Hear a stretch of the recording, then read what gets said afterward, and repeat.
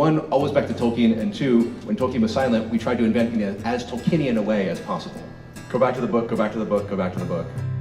So I play the character of Princess Disa. She is the first female dwarf that we will ever see on screen. Woo, woo, woo! I hunted, Rob. I hunted to try to find a negative one. I'm excited about the Rings of Power, but how gay could it be from the digital fix? It was like, I was trying, but every time I was like, okay, take a breath, something new would happen, and it was What's the deal with everyone saying that dwarven women are meant to have beards? Is that from the books? It's like a bizarre fan fascination. Tolkien never says dwarven women have beards. Be silent. Keep your forked tongue behind your teeth. And so Tolkien doesn't say anything about Harfoots not having done anything amazing in the Second Age. He says that hobbits before the Third Age didn't do anything impressive. So we felt we had license there to go ahead and tell a good Harfoot story. Take their wheels and leave them. It's just going to mean so much to me personally because it's getting that representation in Middle-earth. There will no longer be a time where you can say there are no elves of color. Looks can be deceiving. You have not seen what I have seen. What I would consider to be my most major concerns are significantly less concerning now, after having spoken with the showrunners. Why do some elves have short hair? Patrick.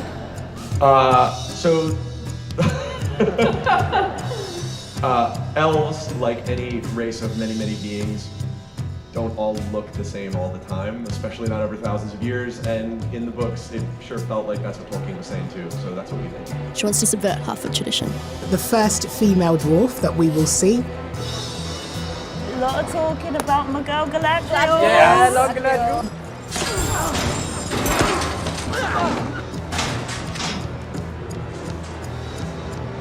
There's a tempest in me. Conflicted. Stab, twist, gut. Come at me. And whatever it was you did, be free of it. I can fix him. Go back to the book, go back to the book, go back to the book. Nerdrotic.com. It appears we have some breaking news. Halbrand is Sauron. I have a serious question for all the shills, scholars, or self-labeled professors out there. How's that integrity holding up? Ours is doing just fine, thanks for asking, and it's not because we got all but one of the spoilers right here. It's because we knew this would be an intersectional nightmare soon as we heard bad reboot was involved. Welcome to the end of the Rings of Power, you over 572,000 patently evil fascist adjacent threats to our democracy. In other words, Tolkien fans and paying customers, sincerely thank you for joining the fellowship on this journey of commiseration. Well, if watching the show wasn't bad enough, the showrunners J.D. Payne and Patrick McKay, Opie and Opie, formerly of Bad Reboot, remind us all why they're woefully unqualified to write anything, much less Tolkien. The Rings of Power showrunners Sauron will be like Walter White in season 2. What? This one paragraph explains a lot. Co-showrunner Patrick McKay basically admits he's clueless and that season 1 was a failure. Sauron can now just be Sauron, McKay adds, like Tony Soprano or Walter White. He's evil, but complexly evil. We felt like if we did that in season 1, he'd overshadow everything. So the first season is like Batman Begins. What? And The Dark Knight is the next movie, so it's a sequel to a season. You can't even get your sentences right when you're talking. How are you going to write something as complex as Tolkien? With Sauron out in the open, we're really excited. Season 2 has a canonical story. Oh no, you just admitted season 1 didn't. There may well be viewers who are like, this is the story we were hoping for in season 1. In season 2, we're giving it to them. I don't believe you. Holy crap, they know it's garbage. Well, I got some good news and I've got some bad news. We'll start with the bad news. With these two clowns, it's not going to get any better. The good news, we're not going to see season 2 for a few years. Amazon, knowing they were committed for 5 seasons, why didn't they film it back to back? Don't know, don't care, thank God for small favors. So after massive ratios and attacking fans, manipulating reviews and attacking fans, deleting reviews and attacking fans, did it make your show any better? No. That's right, all the finger pointing in the world is not going to keep people from recognizing who actually watched the show that this is a repurposed giant global disaster. just like we thought it was going to be. And the ones who didn't watch the show, you're much better off. So let's talk about the show. The season finale of the Rings of Girl Power. Episode starts out with totally not Gandalf or Methdolf getting hoodwinked into thinking his apple was stolen by female Frodo when she actually transforms into Chicka Slim Lady or Feminem. And the rest of the ladies, showing an awful lot of leg there, bow to what they think is Lord Sauron. And look at how Feminem is bowing. It looks like she's mounting something. Doesn't take very long to get to our very first member berry. We have Galadriel, who has been riding for 6 days to Eregion with a mortally wounded Halbrand. Well, I'm just going to call him Sauron since we all know at this point. And this scene is supposed to remind us of the Lord of the Rings. Remember when Arwen saved Frodo? Remember? And they're not even mining the books for member berries, they're mining the Peter Jackson trilogy, the very same Peter Jackson trilogy that the Access Media is arguing that this show is improving on. Doogie Elrond and Grandma Brimbor are at their wits' end because they're dimwits. High Regional Manager Gil-galad is going to arrive within a day, and Grandma Brimbor, who's supposed to be Celebrimbor, the Master Smith and Lord of Eregion, doesn't know what to do with that small of an amount of mithril. If only there was some way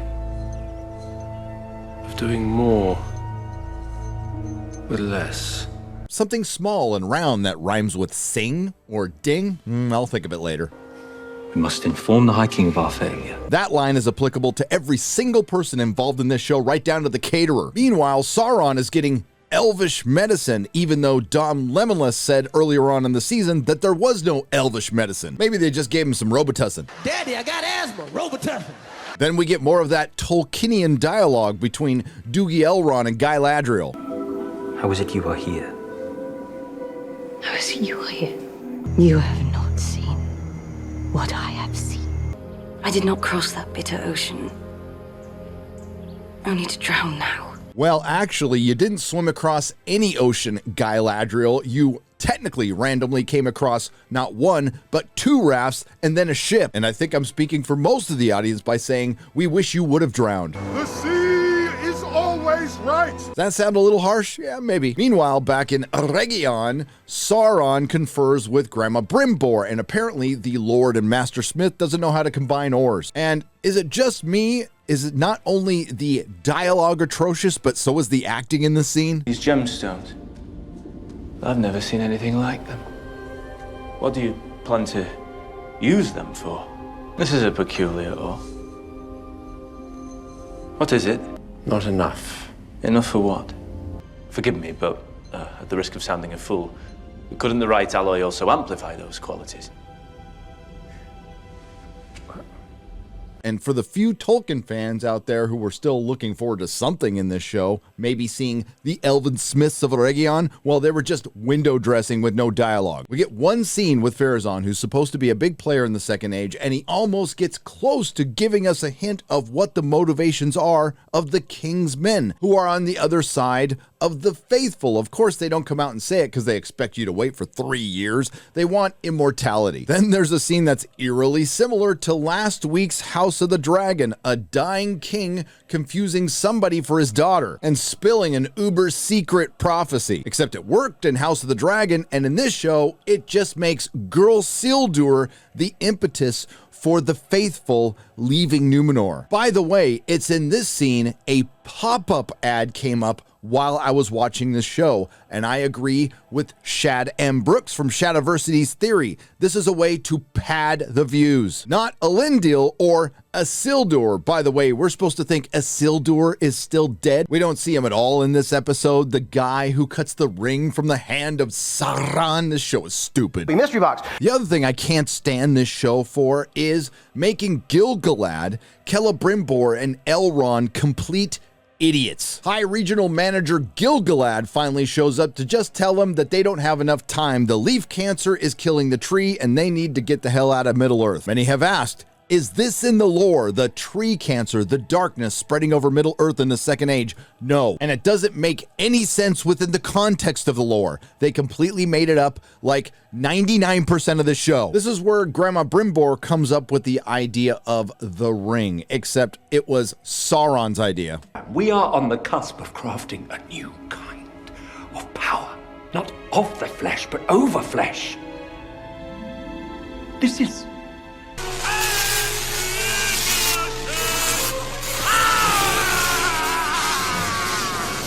Why did Grandma Brimbor repeat what Adar said? Don't know. But that kicks in Detective Guy Ladriel. You know, the same battle commander that didn't know the Mark of Sauron was a range of mountains in a place maybe called Mordor until she actually looked at a map. The same Guy Ladriel who convinced Sauron to leave Numenor and convinced Numenor to bring a quote-unquote army to the Southlands to save about 20 people. That will get answered later. Sauron thanks Guy Ladriel for saving his life, which is obviously a setup. Oh, not for Sauron, for something much worse. Incel Sauron.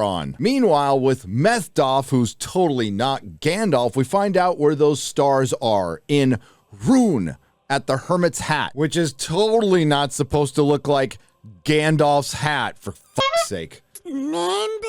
I don't know if you can get more on the nose. This is so bad. And do they just carry this thing around? The stinky Harfoots try to save Methdolf from Chicka Chicka Slim Lady, which sets up another member berry, a fight that's supposed to remind us of Gandalf versus Saruman. Totally not Gandalf conveniently starts to remember who he is. He gets Feminem's staff and fights off the Sauron simps who don't look at all like female Nazgul or Nazgirls. And for extra bonus memberberry points, he fights them off with the Moth. Remember the Moth from Fellowship?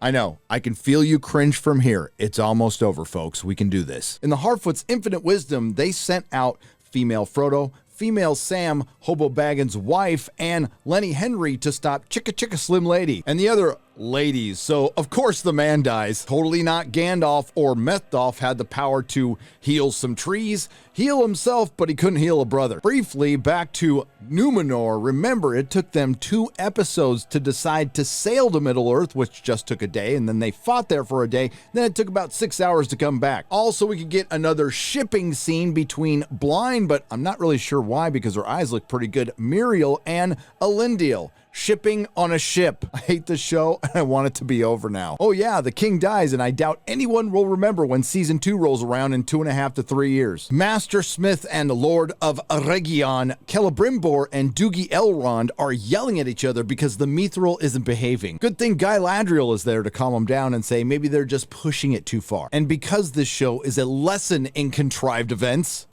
Supposing we've been using too much force. Meaning that the metals shouldn't be forced to join, but more drawn or coaxed together. Now, if that's true, we've been doing it all inside out. So, now we just need to design and build a machine that can harness the energy of 10,000 supernovas through micro wormholes and direct that energy to recharge Klingon time crystals, of which we know nothing about. I have it right here.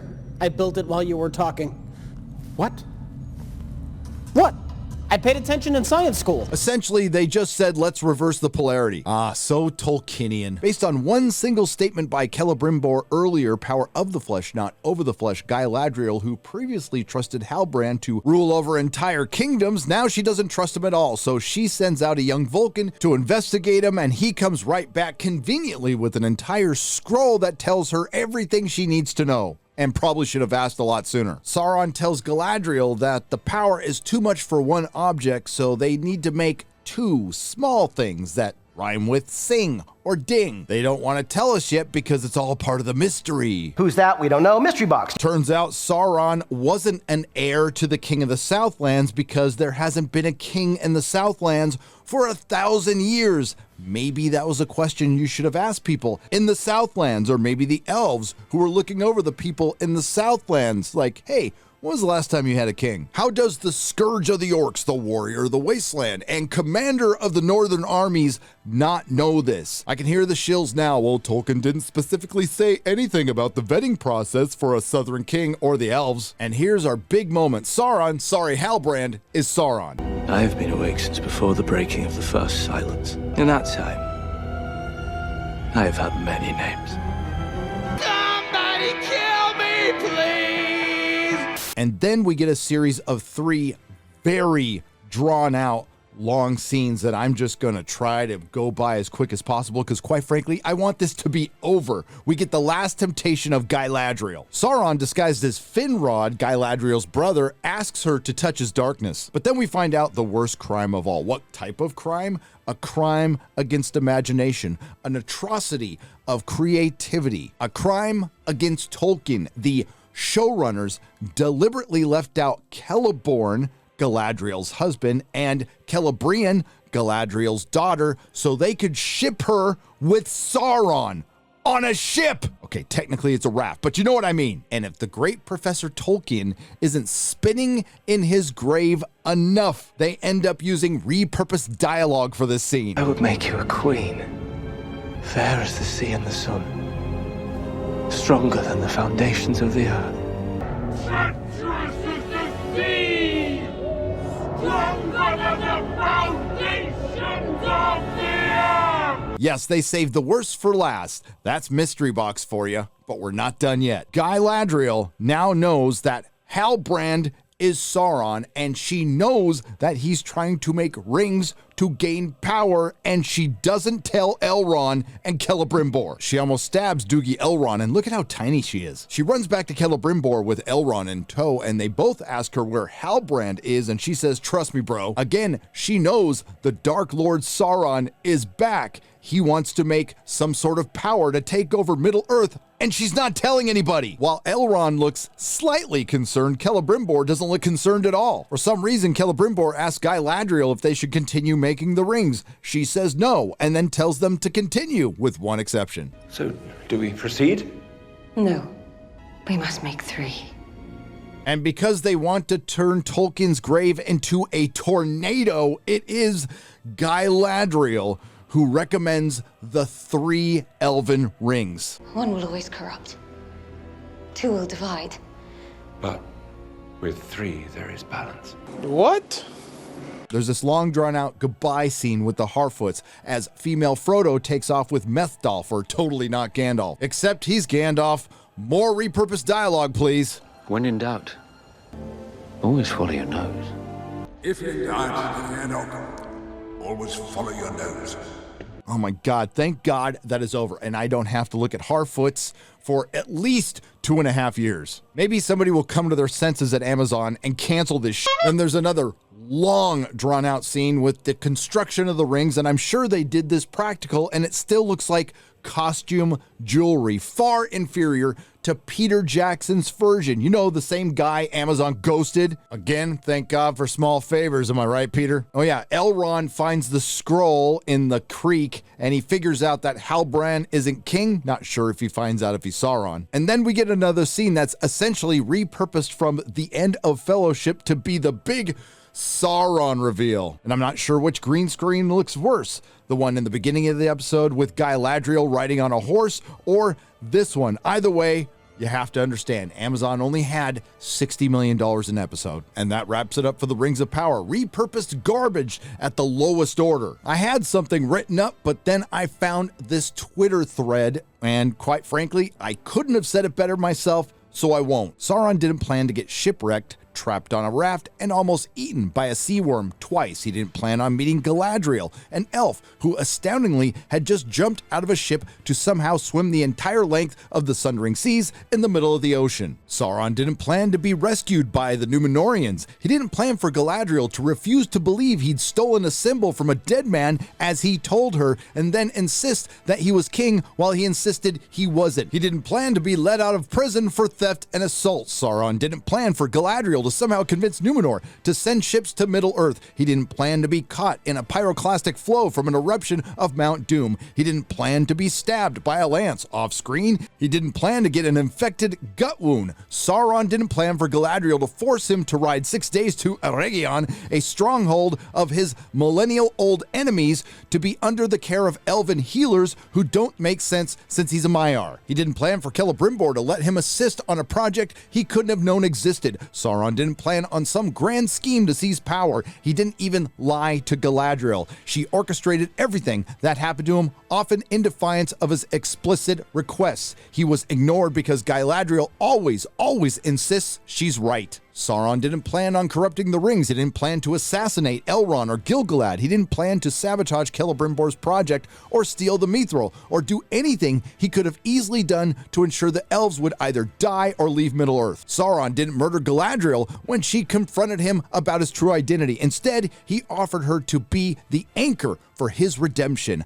Galadriel is furious. He wants to be king to heal Middle-earth. Honey, you told the Southlands he was their king. What this show establishes is its utter fumbling incompetence and in the defiance of the most basic of Tolkien's lore is that the Sauron of the Third Age is entirely a creation of a deceitful, manipulative Galadriel whose cruelty and rejection drives a repentant being back to evil. In summary, Sauron is a penitent nobody and happy to remain as long as he has a forge to work on and some metal to bang on until a shrill, pushy Karen of an elf drags him back to power even though he begs her not to, then crushes him when he asks her out. This show is poison. Again, could not have said it better myself. That was at Huff for Congress. Give him a follow on Twitter. Didn't have to be this way, Amazon. I think I speak for all of the Tolkien fandom when I say that we just wanted a good show to root for. We would have been your biggest fans, but you chose to ignore Tolkien's lore, and when we spoke up, you chose to call us racist, misogynist, fascist adjacent, a threat to democracy, and of course, patently evil. What did you expect to happen? Hey, you shot for the stars. You wanted to make a historic television series, and what you made was a historic flop. And it's all on you, Jeff Bezos, Jennifer Salke, Lindsay Weber, JD Payne, and Patrick McKay, and it's not on us. Maybe you should take a page from Sonic and director Jeff Fowler and try a little humility. It got him 2 sequels, and it might possibly save your billion-dollar franchise. Get on your knees, apologize to the fans, respect the lore, and you might find we're a forgiving lot, or be cast into the fiery chasm from whence you came. It's your choice. To the Fellowship, my hat is off to you. You have shown your quality and taught this giant trillion-dollar corporation a valuable lesson. The customer is always right, and don't fuck with us. If you like what you heard, please like, share, and subscribe. If you didn't like what you heard, I thank you for listening this long. I will see you in the next video. Nerdrotic.com. Cast it into the fire! Destroy it! It's done. Yes, Mr. Frodo.